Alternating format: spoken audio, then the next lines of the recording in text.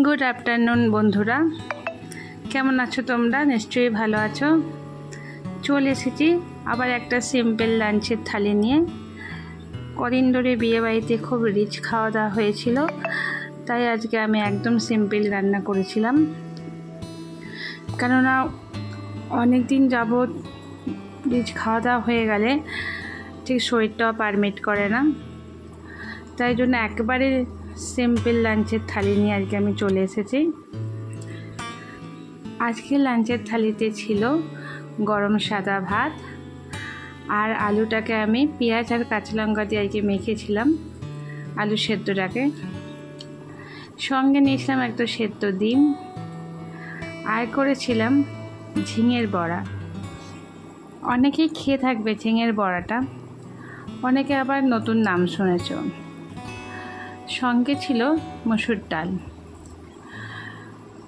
এই ছিল আজকে আমার লাঞ্চের থালি।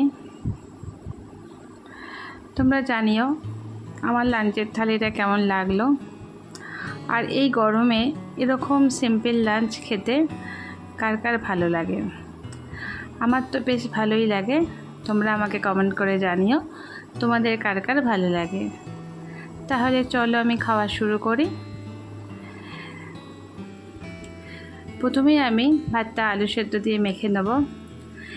আলু সেদ্ধ দিয়ে গরম গরম ভাত আমার তো খুবই প্রিয়, সেটা ঘি দিয়েই হোক বা পেঁয়াজ কাঁচা লঙ্কা সর্ষের তেল দিয়েই হোক, সেটা আমার খুবই প্রিয় খাবার। তার সঙ্গে যদি একটা সেদ্ধ ডিম হয়ে যায়।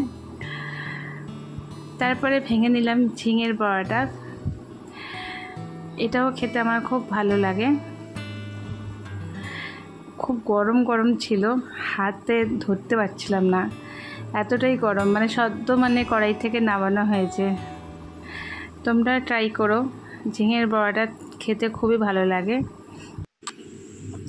গরম ভাত দিয়ে ঝিঙের বড়াটা খুবই ভালো লাগে। তাহলে আমি খাওয়াটা শেষ করি। যদি ভিডিওটা ভালো লেগে থাকে তাহলে অবশ্যই লাইক কমেন্ট শেয়ার করে দিও। তোমরা ভালো থাকবে, সুস্থ থাকবে। অনেক অনেক ধন্যবাদ।